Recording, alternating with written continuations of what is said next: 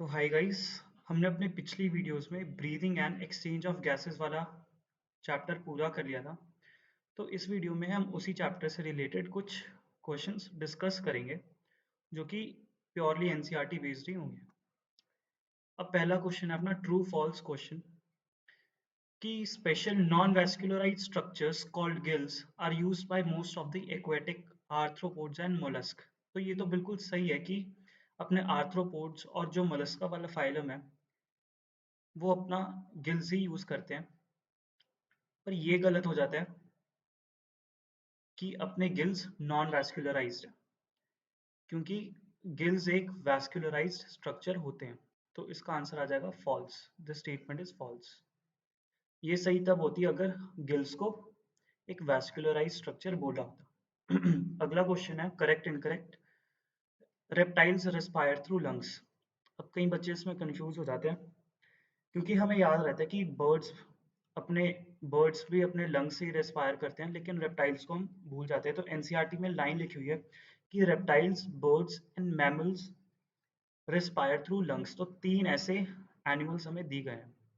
तो ये बिल्कुल सही स्टेटमेंट है। उसके बाद तीसरा क्वेश्चन आता है trachea is a straight tube extending up to the mid-thoracic cavity which divides at the level of dash vertebra into right and the left primary bronchi।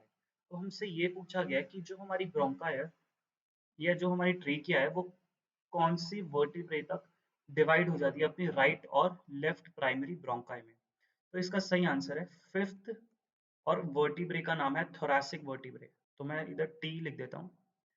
So fifth thoracic vertebrae पे अपना जो trachea है वो ऐसे divide हो जाता है। यहाँ से एक लेफ्ट को जाएगी और एक राइट लंग को चली जाएगी। उसके बाद फोर्थ क्वेश्चन आता है अपना एक डायग्राम बेस्ड क्वेश्चन, और ये डायग्राम आपकी एनसीईआरटी में भी दी गई है।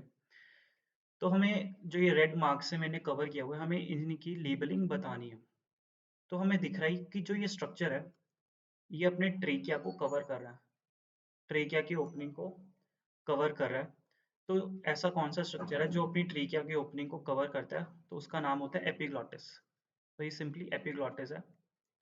दूसरा हम देखते हैं ये स्ट्रक्चर हमें बेसिकली अपना एल्वियोलाई है, क्योंकि सबसे छोटा यही है जहाँ पे एक्सचेंज ऑफ अपने गैसेस होती हैं। तो ये वाली मार्किंग अपनी एल्वियोलाई है। तीसरा स्ट्रक्चर हमें एल्वियोलाई से पहले ही उसकी एक ब्रांच दी गई है, तो इसी को हम ब्रोंक्यूल कहते हैं। तो ये वाला स्ट्रक्चर अपना ब्रोंक्यूल है। उसके बाद ये वाला स्ट्रक्चर जहाँ पे अपनी ट्रीकिया डिवाइड हो रही है, इसी को हम ब्रोंकस या ब्रोंकाई कहते हैं। तो ये वाला क्वेश्चन भी अपना हो जाएगा सॉल्व। फिफ्थ क्वेश्चन है dash form the respiratory part of the respiratory system. अब इसमें बच्चे कंफ्यूज हो जाते हैं, क्योंकि हमें ने ज्यादातर सुना होता है कि एक्सचेंज पार्ट कौन सा होता है। तो एनसीईआरटी में उन्होंने दिया हुआ है कि एक्सचेंज या फिर एक्सचेंज को ही हम रेस्पिरेटरी पार्ट भी कह देते हैं, और वो वाला पार्ट है अपना alveoli. So alveoli forms the respiratory या फिर exchange part of the respiratory system. Alveoli, इसका सही आंसर है एल्वियोलाई। ये आपको एनसीईआरटी के पेज पे भी मिल जाएगा। उसके बाद द थोरैसिक चैम्बर। अब हमने जो अपने लंग्स पढ़े थे उनमें पढ़ा था कि हमारे लंग्स के अगली साइड क्या, पिछली साइड क्या, लेटरल साइड पे क्या है। वही हम इसे इसमें पढ़ेंगे। Now the thoracic chamber is formed dorsal, dorsal मतलब बैक साइड पे। It is formed by the vertebrae, क्योंकि डॉर्सल साइड पे अपनी लंग्स की वर्टिब्रे होती है। वेंट्रल मतलब फ्रंट पोर्शन, लेटरल मतलब साइड पे, और लोअर साइड पे। तो हम लोअर साइड पे अपना डायाफ्राम होता है, लेटरल साइड पे अपने रिब्स होते हैं, और फ्रंट पोर्शन पे अपना स्टर्नम होता है। तो इसका सही आंसर आ जाएगा dorsally by the vertebrae, ventrally by the sternum, laterally by the ribs, and on the lower side by the diaphragm। तो सिक्स क्वेश्चन भी अपना सॉल्व हो गया। सेवंथ क्वेश्चन है अरेंज इन प्रॉपर ऑर्डर। तो एनसीईआरटी के पेज पे आपको मिल जाएगा, उन्होंने हमें एक परफेक्ट ऑर्डर में इसको अरेंज करना है। तो पहला हमारी चीज क्या होती है? ब्रीदिंग पहला आएगा। First is breathing or pulmonary ventilation by which atmospheric air is drawn in and CO2 rich alveolar air is released out। तो ये पहला स्टेप है अपने रेस्पिरेशन का। दूसरा स्टेप क्या है? दूसरा स्टेप है diffusion of gases across the alveolar membrane. तो दूसरा स्टेप अपना होगा ये वाला, diffusion of gases of O2 and CO2 across the alveolar membrane. तीसरा स्टेप होगा जो गैसेस अपनी एक्सचेंज हुई है उसमें उनको ट्रांसपोर्ट करना with the help of blood. तीसरा स्टेप हुआ अपना transport of gases by the blood. अब चौथा स्टेप क्या हुआ? जो ब्लड्स में गैसेस अपनी ट्रांसपोर्ट हुई है उनको डिफ्यूज होना होगा जहाँ पे उनकी रिक्वायरमेंट है, और रिक्वायरमेंट कहाँ है? टिश्यूज में। तो diffusion of O2 and CO2 between blood and tissues. Last step होगा कि जो यूटिलाइज किया ऑक्सीजन टिश्यूज ने उसको यूज किया जाए, utilisation of O2 by the cells for catabolic reactions and the resultant release of CO2। तो फिफ्थ स्टेप अपना ये हो जाता है। तो ये वाला क्वेश्चन भी अपना सॉल्व हो गया ना। एट्थ क्वेश्चन आएगा अपना,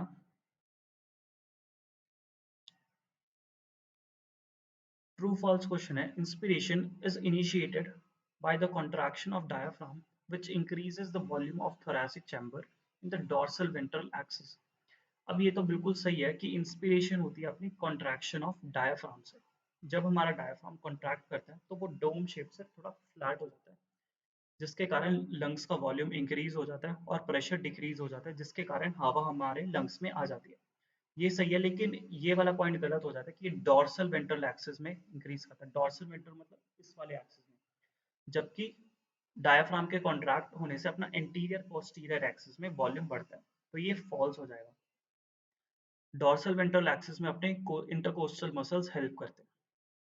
नाइन्थ क्वेश्चन है, we have the ability to increase the strength of inspiration and expiration with the help of addition muscles in the dash. अब एनसीईआरटी में हमें दिया गया कि हम अपनी इंस्पायरेशन या एक्सपायरेशन को स्ट्रेंथ को इंक्रीज या डिक्रीज भी कर सकते हैं with the help of additional muscles in the abdomen. मतलब हमारे एब्डोमेन में ही कुछ एडिशनल मसल्स प्रेजेंट होते हैं जो हमारी इनहेल या एक्सहेलेशन की स्ट्रेंथ को वेरी कर सकते हैं। सो इसका सही आंसर आ जाएगा अपना एब्डोमेन।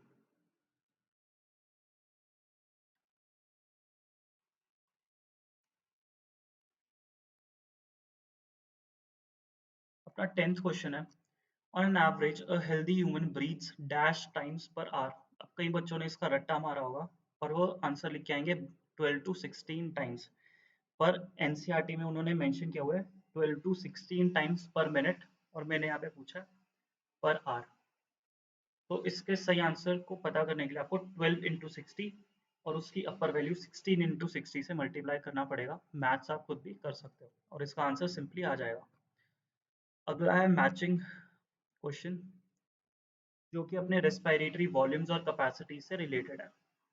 पहला है टाइडल वॉल्यूम। अब टाइडल वॉल्यूम वो वॉल्यूम होता है जो हम नॉर्मली ब्रीथ करते हुए लेते हैं, मतलब it is the amount of air exchanged in a normal breath.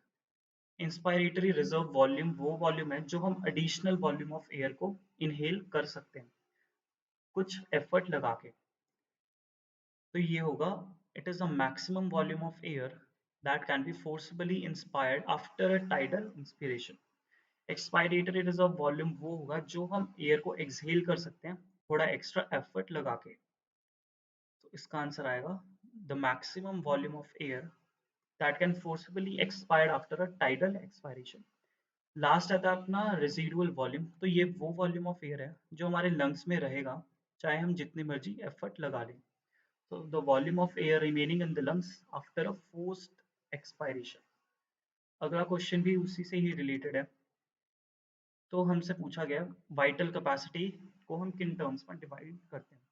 तो वाइटल कैपेसिटी होती है the maximum volume of air a person can breathe after a forced expiration. अब फोर्स्ड एक्सपायरेशन में क्या होगा, हम अपना ईआरवी वाला वॉल्यूम भी निकाल देंगे। तो अगली बार जब हम इनहेल करेंगे तो हम कौन कौन से वॉल्यूम को इनहेल करेंगे, एक तो ईआरवी को करेंगे, एक टाइडल वॉल्यूम को करेंगे और एक आईआरवी को करेंगे। तो इसका सही आंसर आ जाएगा अपना थर्ड वाला, क्योंकि ईआरवी, टीबी और आईआरवी तीनों वॉल्यूम्स को हम इनहेल कर सकते हैं after a forceful expiration. Inspiratory lung capacity ये वो वॉल्यूम ऑफ एयर है जिसको हम मैक्सिमम अमाउंट ऑफ एयर जो हम इनहेल कर सकते हैं उसी को हम इंस्पायरेटरी लंग कैपेसिटी बोलते हैं। और वो कौन सी होगी? वो होगी IRB प्लस अपना टाइडल वॉल्यूम। तो इसका आंसर आ जाएगा ये। टोटल लंग कैपेसिटी, टोटल हमारे लंग की कितना वॉल्यूम है उसी को हम बोलते हैं। तो इसमें इंक्लूड हो जाएगा, पहले IRB आ जाएगा, फिर टाइडल वॉल्यूम भर जाएगा, ERB आ जाएगा और फिर रेजिडुअल वॉल्यूम आ जाएगा। तो इसका सही आंसर है फर्स्ट, फंक्शनल रेजिडुअल कैपेसिटी। ये वो वाली एयर की वॉल्यूम है जो हमारे लंग्स में रहेगी आफ्टर अ नॉर्मल एक्सपायरेशन। मतलब नॉर्मल एक्सपायर करने के बाद जो हवा हमारे लंग्स में रहेगी उसी को हम फंक्शनल रेजिडुअल कैपेसिटी बोलते हैं। अगर हम नॉर्मली एक्सपायर कर रहे हैं तो हम ERB वाली वॉल्यूम को बाहर नहीं निकालेंगे, तो ERB वाली बचेगी और रेजिडुअल वॉल्यूम तो हमेशा रहती है। तो इसका आ जाएगा फोर्थ। तो इसी के साथ अपना 12th क्वेश्चन भी हो जाता है। अगला क्वेश्चन है अपना 13th क्वेश्चन, जो कि एक डायग्राम बेस्ड क्वेश्चन है और ये डायग्राम भी एनसीईआरटी में ही दिया गया। तो ये फैक्चुअल क्वेश्चन है, अगर आपको याद होगी तो आप इसे इजीली अटेम्प्ट कर सकते हो। तो पहले हम ऑक्सीजन की देखते हैं कि एटमॉस्फेयर में ऑक्सीजन का अमाउंट हमें 159 mmHg दिया गया है। एल्वियोलाई में ये कम होना चाहिए। कम इसलिए होना चाहिए, तभी एटमॉस्फेयर से वाली एयर हमारे एल्वियोलाई में एंटर करेगी।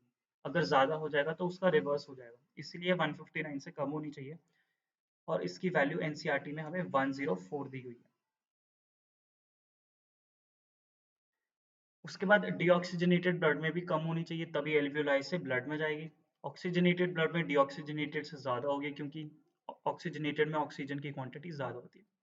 अगला आता है अपना CO2। तो CO2 एटमॉस्फेयर में अपनी कम होनी चाहिए, क्योंकि तभी हम अपने लंग्स में जो CO2 है उसको एटमॉस्फेयर में रिलीज आउट कर सकेंगे। तो एटमॉस्फेयर में इसकी वैल्यू बहुत ही कम दी हुई है, 0.3 mm/Hg। तो ये है अपनी CO2 का प्रेशर। उसके बाद ऑक्सीजनेटेड ब्लड में CO2 का प्रेशर होता है 40 mm/Hg। तो ये फैक्चुअल क्वेश्चन था और इसे भी हमने एक बार देख लिया। 14th क्वेश्चन ये भी एनसीईआरटी में हमें दिया गया है। The solubility of CO2 is dash times higher than that of O2। तो अपनी CO2 की सॉल्युबिलिटी 20 to 25 टाइम्स हायर होती है अपनी ऑक्सीजन की सॉल्युबिलिटी से। उसके बाद the thin squamous epithelium of alveoli, endothelium of alveolar capillaries and the basement substance has a thickness greater than a millimeter, less than a millimeter या equal to a millimeter। तो NCERT में line दी हुई है कि हमारी जो जहाँ पे एक्सचेंज ऑफ गैसेस होता है उसमें 3 लेयर्स होती हैं। एक होगी अपनी स्क्वेमस एपिथेलियम एल्वियोलाई की, फिर होगी अपनी बेसमेंट मेम्ब्रेन, फिर होगी अपनी endothelium of the alveolar capillaries.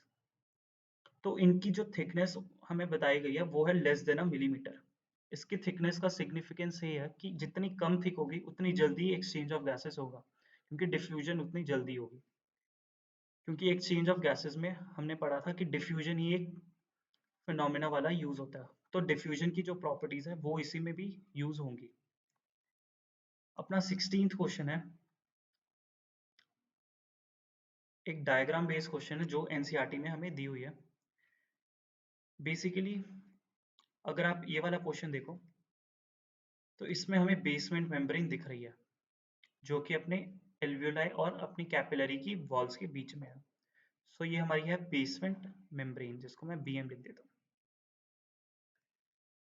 उसके बाद हमें ये साफ साफ दिख रहा है, ये अपना RBC है जो अपनी ऑक्सीजन को लेके जाएगा। ये है RBC या रेड ब्लड सेल। उसके बाद ये अपनी कैपिलरीज को डिनोट कर रहा है, जिसके अंदर अपना RBC प्रेजेंट है, तो मैं इसको CP लिख देता हूँ। अब इस ये तो इजी है क्योंकि 1 सेल थिक बता दिया, तो इसका आंसर आ जाएगा एल्वियोलाई। ये अपना एल्वियोलाई को डिनोट कर रहा है।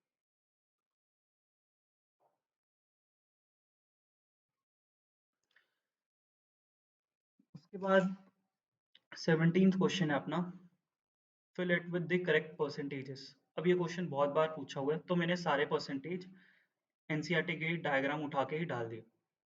तो हमें ये बताना है कि कितनी परसेंटेज अपनी ऑक्सीजन या CO2 की ब्लड में होती है, प्लाज्मा में होती है, कैसे ट्रैवल होती है।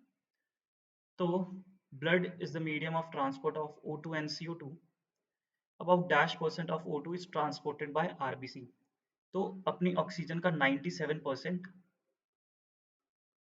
RBC ही से ही ट्रांसपोर्ट होता है। द रिमेनिंग 3% अपनी O2 कैरी होती है dissolve state through the plasma. उसके बाद अपना आता है CO2 RBC से कितना ट्रैवल होता है, तो 20 to 25% ऑफ CO2 अपना RBC से ट्रैवल होता है और 70% अपना बाइकार्बोनेट की फॉर्म में ट्रैवल होता है। तो इसका आंसर आ जाएगा 70% एज द बाइकार्बोनेट। और about -% CO2 is carried through dissolved state in plasma, तो 7% ऑफ CO2 अपने प्लाज्मा की फॉर्म में डिसॉल्व स्टेट में ट्रैवल होती है। तो इसी के साथ ये वाला क्वेश्चन भी खत्म होता है। तो ये क्वेश्चन इंपॉर्टेंट इसीलिए है क्योंकि वो आपसे सारे तो नहीं पूछेगा, लेकिन इन्हीं में से पूछ लेगा कि ऑक्सीजन आरबीसी से कितनी ट्रैवल होती है, प्लाज्मा में कितनी ट्रैवल होती है, CO2 प्लाज्मा में कितनी ट्रैवल होती है, तो हमें ये पता होना चाहिए। और मैंने एक ही जगह पे सारे पूछ लिए। उसके बाद आता है अपना 18th क्वेश्चन, जो कि पूरी एनसीईआरटी का पैराग्राफ ही उठाया। तो इससे मैं आपको सिखाना चाहता था कि एल्वियोलाई में कौन से कंडीशंस फेवरेबल होते हैं ऑक्सीजन की हीमोग्लोबिन की बाइंडिंग से, और अपने टिश्यूज में आके कौन सी ऐसे कंडीशंस होती हैं जो कि उनकी बाइंडिंग को वीक कर देते हैं। तो इन दी एल्वियोलाई अगर ऑक्सीजन की बाइंडिंग होनी है तो PO2 या partial pressure of O2 high होना चाहिए, पार्शियल प्रेशर ऑफ CO2 लो होना चाहिए, हाइड्रोजन आयन कंसेंट्रेशन भी लेस होनी चाहिए, या फिर पीएच अपनी ज़्यादा होनी चाहिए, टेम्परेचर भी लो होना चाहिए। तो ये ऐसी चीज़ें हैं जो कि अपनी ऑक्सीजन की बाइंडिंग को फेवर करती हैं ताकि उसे ट्रांसपोर्ट किया जा सके। उसके बाद हमें सेम कंडीशंस हमने टिश्यूज़ में देखनी है कि ऐसी कौन सी फेवरेट टिश्यूज़ में ऐसी कौन सी कंडीशंस हैं जो कि उसकी डिसोसिएशन को फेवर करती है। तो पार्शियल प्रेशर ऑफ O2 कम होती है, पार्शियल प्रेशर ऑफ CO2 ज़्यादा होता है, हाइड्रोजन आयन कंसंट्रेशन ज़्यादा होता है, या फिर पीएच अपनी कम होती है, और टेम्परेचर तो हाई होता है। तो ये कंडीशंस फेवर करती हैं dissociation of oxygen from oxyhaemoglobin. तो ये था इस क्वेश्चन में। अब अगला क्वेश्चन है अपना 19th क्वेश्चन। अब ये ठीक ठाक सा क्वेश्चन है, जिस अगर आपने ध्यान से पढ़ी होगी एनसीईआरटी आप इजीली कर दोगे। Every 10 ml of oxygenated blood can deliver dash ml of O2। अब जिसने रट्टा मारा होगा वो टिक करेगा 5 को, लेकिन वो गलत हो जाएगा क्योंकि उन्होंने लिखे every 100 ml of blood oxygenated blood deliver 5 ml of O2, लेकिन इसमें पूछा 10 ml, इसका सही आंसर आएगा 0.5। उसके बाद अगला 20th क्वेश्चन सिंपल है, oxygen dissociation curve is sigmoid, straight line, exponential, या नन ऑफ द अबव। तो इसका सही आंसर है सिग्मॉइड कर्व होता है। डायग्राम में भी आपने देखा होगा सिग्मॉइड इज लाइक दिस, कुछ ऐसा होता है। अगला क्वेश्चन है 21st क्वेश्चन। 21st क्वेश्चन है अपना, CO2 is carried by hemoglobin as। अब बच्चों को कंफ्यूजन होगी कार्बोक्सी हीमोग्लोबिन या कार्ब अमीनो हीमोग्लोबिन। तो इसका सही आंसर है CO2 is carried as carb amino haemoglobin. Carboxy haemoglobin अपनी कार्बन मोनोऑक्साइड के साथ होती है, उसको बोलते हैं। तो CO के साथ कार्बोक्सी हीमोग्लोबिन बनाती है और CO2 के साथ कार्ब अमीनो हीमोग्लोबिन बनता है।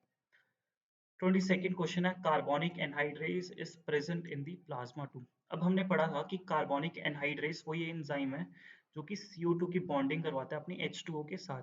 और एनसीईआरटी में साफ साफ लिखा हुआ है कि कार्बोनिक एनहाइड्रेज अपना आरबीसी में भी प्रेजेंट होता है और कुछ परसेंटेज प्लाज्मा में भी प्रेजेंट होता है। तो ये बिल्कुल सही है, सो इट इज ट्रू। अगला क्वेश्चन भी अच्छा क्वेश्चन है, every dash ml of deoxygenated blood delivers approximately 80 ml of CO2 to the alveoli। NCERT के डेटा में हमें दिया हुआ है कि एवरी 100 ml अपना of blood 4 ml CO2 deliver करता है। मैंने इधर पूछा कि 80 ml ऑफ CO2 को ट्रैवल करने के लिए कितना ब्लड चाहिए होगा। तो अगर 4 के लिए हमें 100 ml चाहिए तो 80 के लिए मतलब उसका 20 टाइम्स चाहिए होगा। सो हम इसमें 20 इंटू 100 कर देंगे तो अपना सही आंसर आ जाएगा 2000 ml of deoxygenated blood delivers 80 ml of CO2। तो बेसिक मैथ्स ही था ये तो। Now the role of oxygen in the regulation of respiratory rhythm is quite insignificant। ये बिल्कुल सही है। अगर आप रेगुलेशन ऑफ रेस्पिरेशन वाला पैराग्राफ पढ़ो उसकी लास्ट लाइन में हमें दिया गया है कि role of regulation in respiratory rhythm is quite insignificant. और रोल मेनली दो चीजों का इसमें मेंशन किया गया है, एक तो चेंजेस इन CO2 का लेवल या फिर changing in hydrogen ion concentration. अगला क्वेश्चन अपना 25th क्वेश्चन, जो कि कुछ डिजीजेस पे ही बेस्ड है, जो एनसीईआरटी की लाइन से उठाई हुई है। Asthma is difficulty in breathing causing wheezing due to inflammation of dash and dash। अब इन्फ्लेमेशन किसकी हुई, एल्वियोलाई की हुई, ब्रोंकाई की हुई, ब्रोंक्यूल्स की हुई, किसकी इन्फ्लेमेशन के कारण हमें अस्थमा होता है? तो ब्रोंकाई और ब्रोंक्यूल्स की इन्फ्लेमेशन के कारण अस्थमा होता है। सो ब्रोंकाई और ब्रोंक्यूल्स, आप इसे खुद भी कर सकते हो। उसके बाद emphysema is a chronic disorder in which alveolar walls are damaged, due to which respiratory surfaces is decreased. One of the major causes of this is, तो emphysema का major cause क्या है? Cigarette smoking is the major cause for emphysema। ये NCERT में भी दिया गया है। उसके बाद 26 क्वेश्चन आता है, a pneumotaxic center in the dash region of the brain and a chemosensitive area is in the dash can alter respiratory mechanism। अब हमने पढ़ा था कि जो न्यूमोटैक्सिक सेंटर है वो अपना प्रेजेंट होता है पी पॉन्स में। इसे याद करने का तरीका, क्योंकि आप कंफ्यूज हो सकते हो कि कौन सा पॉन्स में या कौन सा मेड्यूला में, इसको याद करने का तरीका सिंपल है, P for pneumotaxic, P for pons. उसके बाद कीमोसेंसिटिव एरिया होता है अपना मेड्यूला वाले रीजन में, तो इसका सही आंसर आ जाएगा ये वाला। तो इसी के साथ हमने 26 क्वेश्चंस डिस्कस कर लिए breathing and exchange of gases के। इसी के साथ ये वीडियो भी एंड होती है।